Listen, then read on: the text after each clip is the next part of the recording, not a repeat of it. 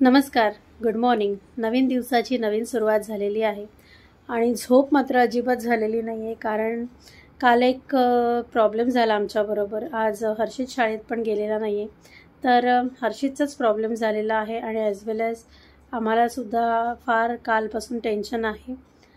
झालं असं आहे की जसं आम्ही अलिबागवरनं आलो आणि अलिबागवरनं आल्यानंतर आम्ही येताना तिकडनं मी लोणची आणि पापडसुद्धा आणायचे होते, पण ते मिळाले नाहीत. परंतु येताना मी 3 प्रकारची लोणची घेऊन आलेली तिकडनं.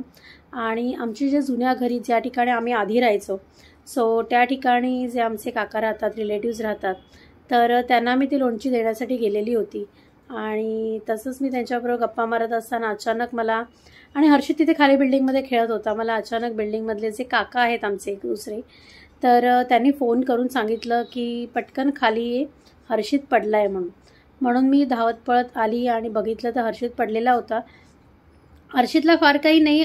त्यावेळेला हर्षित अगदी व्यवस्थित म्हणजे जिथे पडलेला होता तिथपासून एका बेंचवरती येऊन व्यवस्थित तो बसला आणि त्याचा पाय हलकासा दुखत होता. हलकीशी पायाला सूज आलेली त्याच्या, म्हणजे आपली जी पायाचं जे सर्वात शेवटचं जे बोट असतं तिथे त्याला हलकीशी सूज आलेली. तर बिल्डिंगमधल्या जे काकू आहेत त्यांनी लगेच स्प्रे वगैरे आणला आणि तो स्प्रे आम्ही त्याच्या पायावर मारला. हाताला पण थोडंसं त्याला खरचटलेलं होतं, परंतु मग डेटॉलने वगैरे, कॉटन आणि डेटॉलने थोडंसं साफ वगैरे केलं आणि त्यानंतर मी घरी आली. त्याला घेऊन घरी आली तरी त्याचा पाय खूप दुखत होता. मग मी डायरेक्टली आमचे जे ओळखीचे डॉक्टर आहेत हर्षितचे, जे लहानपणापासूनचे, म्हणजे ज्यांना जे हर्षितचे पेडिट्रिशियन आहेत, तर त्यांना मी फोन केला. त्यांना म्हटलं असं असं झालेलं आहे. तर ते म्हणाले माझ्याकडे त्याला घेऊन या. आणि त्याला मी घेऊन तशीच 4 व्हीलरने मी त्याला घेऊन गेली डॉक्टरकडे त्या. आणि डॉक्टरनी सांगितलं की मला थोडंसं क्रिटिकल वाटतं आहे, तुम्ही हाडांच्या डॉक्टरकडे जा. तसंच मी म्हणजे मी हर्षितला घेऊन लगेच हाडांच्या डॉक्टरकडे गेली. आणि डॉक्टरांनी बघितल्या सांगितलं की आपण सर्वात प्रथम याच्या पायाचा एक्सरे काढून घेऊया. तर मी म्हटलं ठीक आहे डॉक्टर, जसं तुम्हाला वाटतं एक्सरे काढून घेऊया. आणि आम्ही मग एक्सरे काढला आणि एक्सरेमध्ये हर्षितचा पाय जो आहे, म्हणजे हर्षितचं जे हाड आहे ते ब्रेक झालेलं दाखवलेलं आहे आणि हलकी क्रॅक आहे. म्हणजे तशी बघायला गेलं तर मायनर आहे क्रॅक, परंतु तरी डॉक्टरांनी सांगितलं की खूप काळजी घ्यावी लागेल. आणि त्या टायमाला मला काहीच सुचलं नाही. कारण म्हणतात ना, ज्यावेळेला आपल्याबरोबर किंवा आपल्या मिस्टरांबरोबर वगैरे एखादी गोष्ट घरामध्ये होते, आपल्याला तेव्हा जेवढं आपल्याला फील होत नाही, तेवढं आपल्याला जेव्हा आपल्या मुलांना जेव्हा काही होतं ना, तेव्हा खूप त्रास होतो त्या गोष्टीचा. कारण मुलांचं पेन एखाद्या आईला किंवा वडिलांना नाही बघवलं जात. म्हणजे ते छोटी गोष्ट असू दे की मोठी गोष्ट, मुलं साधी पडली तरी आपल्याला खूप त्रास होतो. हर्षित माझ्याकडे बघून हसतोय तर त्याला ती गोष्ट नाही कळणार. कारण ज्यावेळेला माझ्याबाबत असं जेव्हा व्हायचं तेव्हा मला नेहमी माझी म्हणायची की जेव्हा तू आई होशील तेव्हा मुलांना लागलं, दुखलं, खुपलं, तर जेव्हा तू आई होशील तेव्हा काय फील होतं आईला हे तेव्हा तुला कळेल. आज मला ती गोष्ट खरी वाटते की खरंच आहे की जेव्हा आपण त्या फेजमध्ये असतो त्यावेळेला आपल्याला कळतं की काय प्रॉब्लेम्स आपल्यावरती येतात आणि आपण त्या सिच्युएशनमध्ये आपण काय रिॲक्ट करतो. आणि त्या टायमाला जेव्हा डॉक्टरने मला सांगितलं की मायनर क्रॅक आहे, मला खूप टेन्शन आलं की काय करावं. कारण मिस्टरसुद्धा ऑफिसला गेलेले होते. मी लगेच त्याला फोन केला की असं असं झालं आहे, डॉक्टर असं सांगितलं. तर त्याने मला थोडंसं सांगितलं की हे बघ, टेन्शन नको घेऊ, सगळं व्यवस्थित होईल. आणि त्यानंतर मला थोडंसं बरं वाटलं मला त्या टायमाला की ठीक आहे, आता काय आहे, ऑलवेज म्हणजे आपल्याला फॅक्ट हे ॲक्सेप्ट केले पाहिजे जे आपल्यासमोर. कारण प्रत्येक टायमाला असं आपल्या आयुष्यात होत नाही ना की सगळेच दिवस हे नॉर्मल जातात. कधीतरी काहीतरी प्रॉब्लेम्स होतात आणि आपल्याला त्याला फेस करावं लागतं. आणि ते सगळं होईपर्यंत रात्रीचे 10 वाजले. मी घरी आली, त्याच्यानंतर कुकर वगैरे लावला, जेवण केलं आणि अजून नंतर रात्रभर मला बऱ्याच वेळ झोप नव्हती लागत. म्हणजे खूप टेन्शन आलेलं. कारण माझ्या पूर्ण लाईफमध्ये मला कधीच कोणत्या गोष्टीचं फ्रॅक्चर नाही किंवा माझ्या मिस्टरांना नाही. त्याच्यामुळे हाडाचं फ्रॅक्चर झाल्यानंतर कसं वाटतं, काय होतं हे रात्रभर मला असं होत होतं की अरे त्याला पायाला दुखत असेल. पण हा राजा आरामात मस्तपैकी झोपलेला होता, ह्याला कुठेही काही नाही. इवन तो रात्री उठलासुद्धा नाही. कदाचित गोळ्यांचा इफेक्ट असेल असं मला वाटतं. आणि आत्तासुद्धा तो आत्ताच थोड्या वेळापूर्वी उठलाय आणि आता त्याला भूक लागली, कारण त्याची सकाळची औषधं जी आहेत ती पण त्याला द्यायची आहेत.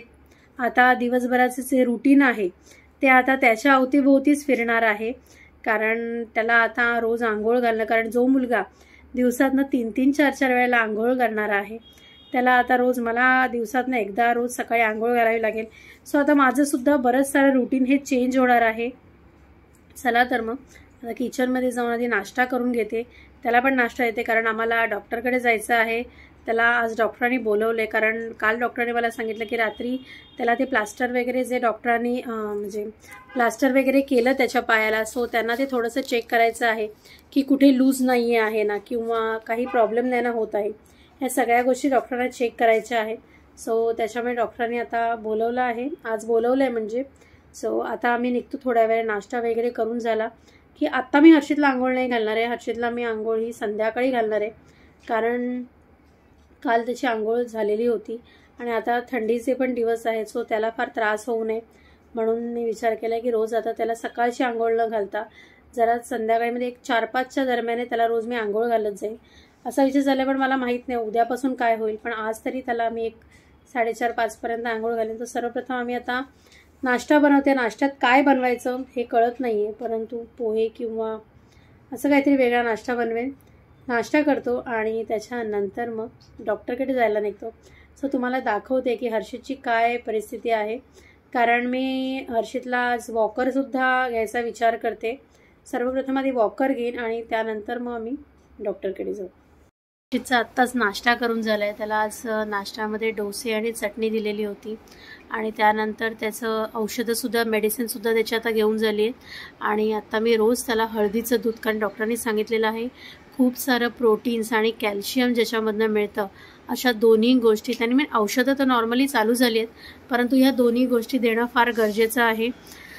सो आता त्याला मी म्हणजे दुधामध्ये औषधं देऊन झाले, तर दुधामध्ये हॉर्लिक्स किंवा बोर्मिटा असं देण्यापेक्षा मला असं वाटतं की हळदीचं दूध कधी चांगलं. आणि त्याच्यामध्ये आता थंडी आहे आणि थंडीच्या दिवसात मस्त गरम गरम असं हळदीचं दूध पिलं तर अजून जास्त छान वाटतं आणि रिकव्हरी खूप लवकर होईल. सो आता त्याला मी तयार करते आणि त्याला आता हॉस्पिटलला घेऊन जाते, ज्या ठिकाणी डॉक्टर त्याला चेक करणार आहेत. तो निघते आता त्याला घेऊन हॉस्पिटलला जाण्यासाठी. परत आल्यानंतर फ्राईड राईस बनवणार आहे, तो तुम्हाला दाखवते की मी फ्राईड राईस कसा बनवणार आहे तो.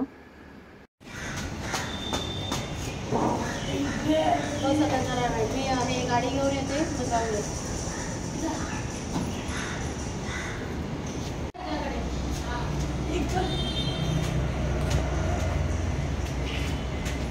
लंगडी हर्षी आता लंगडी घालत जाणार. असाच सरळ जा बसता आणि पाय असाच वर ठेव. हां असंच पाय वर ठेव तिकडे. असंच पाय वर ठेव.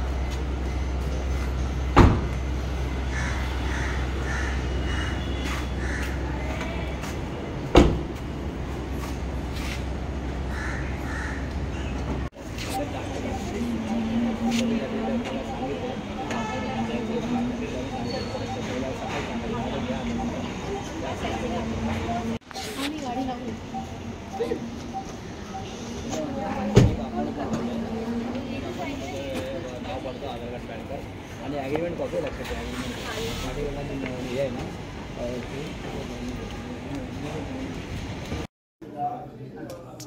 आत्ताच हॉस्पिटलमधनं घरी आली आहे. हर्षितला आत्ताच डॉक्टरकडनं दाखवून आणलं आहे आणि डॉक्टरांनी सांगितलं आहे की तो ओके आहे, कारण जस्ट प्लास्टर कसं आहे, म्हणजे प्लास्टर बरोबर आहे की नाही, काही सूज आली आहे की नाही, त्या कारणासाठी डॉक्टरांनी आज बोलवलेलं होतं. परंतु सगळं काही ओके आहे.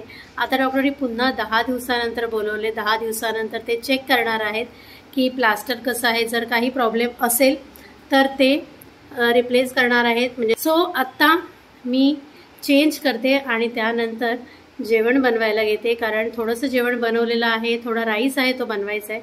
सो आता बनवायला घेते मी फ्राईड राईस किचनमध्ये जाऊन. पण त्याच्या अगोदर आधी चेंज करून घेते, कारण आता पुन्हा थोडंफार म्हणजे कोविड किंवा ह्या सर्व गोष्टी पुन्हा डोकं वर काढतायत. व त्याच्यामुळे माझं नेहमीच असतं की हॉस्पिटलमध्ये किंवा एखाद्या दवाखान्यात जाऊन आल्यानंतर आधी चेंज करणं हे फार महत्त्वाचं असतं. सो आता हातपाय धुवून पहिले कपडे चेंज करते आणि त्यानंतर किचनमध्ये जाते. हे घातलेलं आहे हर्षितच्या पायाला प्लास्टर आणि हर्षित इथे आराम करतोय. कसं वाटतंय? चांगलं तर वाटत नाही, बाहेर पडायला तर मिळणार नाही आता. आणि school, what about school? School काय आता सुट्टी, स्कूलला 1 महिना. मजा आहे ना? परीक्षा नाही, अभ्यास नाही. अभ्यास तर करायला लागता घरी. तुला घरात बसून रोजच्या रोज आता अभ्यास करावा लागणार. ते तर आहे, पर्याय नाही ना. ट्युशनला पण आता उद्यापासून मी तुला ट्युशनला घेऊन जाईन. चालेल. हर्षित करतोय आता मस्त आराम. आता हर्षितचं असं वर्क फ्रॉम होम म्हणतात ना, तसं स्टडी फ्रॉम होम असं होणार आहे तुझं, नाही? फॉर 3 weeks है ना. आणि हा आणलेला आहे हर्षितला चालण्यासाठी, म्हणजे हर्षितला वॉशरूमला किंवा हर्षितला घरातल्या घरात चालण्यासाठी वॉकर आणलाय. तर मी आत्ताच थोड्या वेळापूर्वी घरी आलेली आहे आणि थोडी फ्रेश झाली आहे. हॉस्पिटलमधनं आली त्याच्यानंतर मग मी आंघोळ वगैरे केली आणि आता दुपारच्या जेवणाची तयारी करायला घेते. तर आता दुपारी जेवणात काय बनवणार आहे ते तुम्हाला बघायला मिळेल, तुमच्याबरोबर ते नक्की मी शेअर करेन. चला तर मग सुरुवात करते लंच बनवण्यासाठी. माझ्याकडे पॅन नाही आहे, पण ही कढाई आहे ज्याच्यामध्ये मी आधी टाकणार आहे लसूण.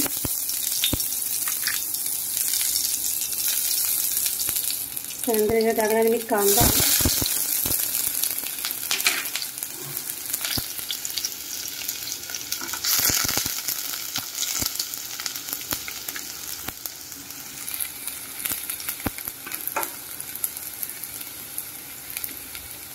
आणि आता मी टाकणार माझ्याकडे ज्या भाज्या आहेत ना, सगळ्या भाज्या त्या आता मी याच्यात घालते.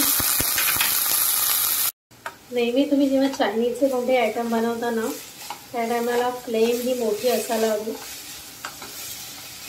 माझ्याकडे चायनीजचा वोक नाही आहे, परंतु ह्याच्यात मी कोणत्या कोणत्या भाज्या घातल्या ते तुम्हाला सांगते. ह्याच्यात मी घातलेला आहे प्रथमतः कांदा, त्यानंतर घातलेला आहे गाजर, बारीक केलेला गाजर, red and yellow bell peppers. त्यानंतर मी ह्याच्यात ब्रोकलीसुद्धा घातलेली आहे, इथे कांद्याची पात आहे आणि कोबी. हे सगळं मी असं मस्तपैकी. आणि जे तुम्ही जे कराल ना चायनीजचा कोणता आयटम, तो नेहमी फुल फ्लेमवरच करायला हवा, कारण ते खूप सॉगी होतं कामा नये. फक्त चायनीजमध्ये कसं असतं की जे मॉइश्चर असतं पाण्यातलं तेवढं फक्त निघून जाणं हा चायनीज मागचा उद्देश असतो. बाकी ज्या भाज्या असतात त्या आपल्याला खूप कमी प्रमाणात शिजवायच्या असतात, त्या कच्च्याच ऑलमोस्ट ठेवायच्या असतात, तर त्या चायनीजला मजा येते. म्हणजे तुमचा पूर्ण राईस शिजलेला आणि क्रंची भाज्या ह्याच्यामध्ये फ्राईड राईस किंवा चायनीजच्या कोणत्या आयटमला टेस्ट येते.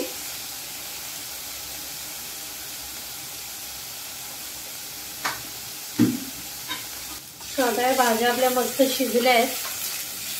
5 मिनिटं मी ह्याला फुल फ्लेमवरती मस्त शिजवून घेतलेलं आहे.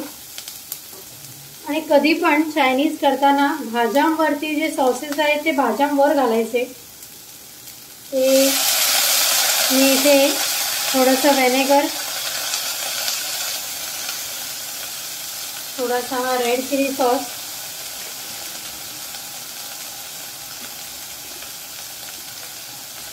आणि त्यानंतर थोडंसं मीठ खूप कमी घालणार आहे मी याच्यात. आता घरामध्ये सोया सॉस नाही आहे त्याच्यामुळे मी याच्यात काही सोया सॉस नाही घालत आहे. आणि याच्यामध्ये मी थोडासा राईस तो कुक करून घेतलेला आहे ऑलरेडी, तो मी याच्यात घालते.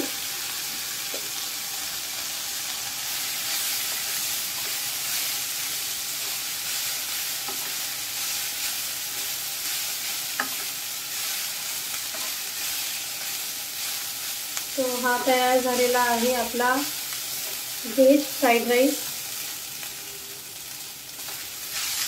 खूप साऱ्या भाज्या याच्यात आहेत.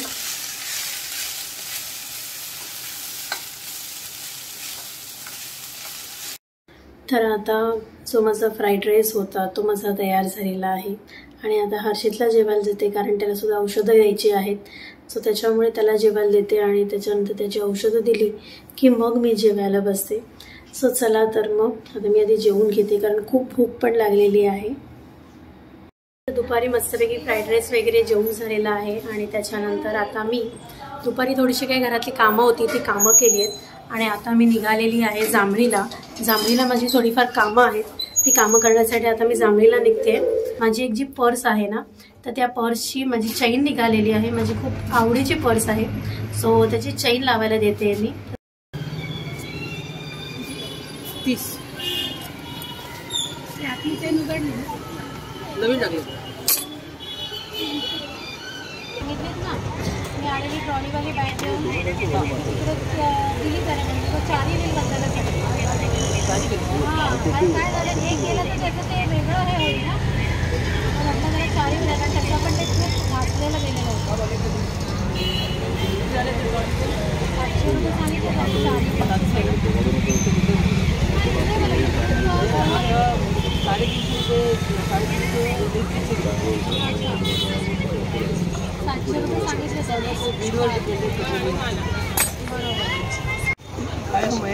काय झालं होतं माहितीये, त्या साईडला जायचं ना खूप लांब पडत. संध्याकाळच्या टायमाला प्रचंड ट्रॅफिक असतो. कभी बढ़ेगा तो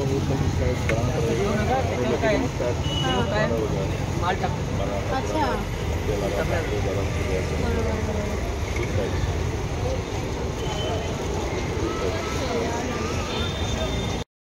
तर मी आत्ताच बाहेरून जाऊन आली. माझी जी कामं होती ती सर्व मी केली आहेत.